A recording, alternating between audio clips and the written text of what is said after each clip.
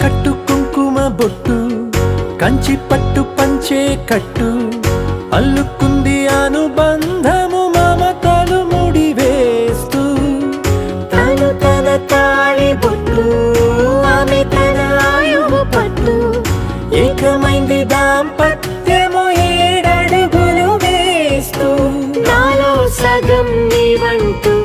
నీలో సగం నేనంటూ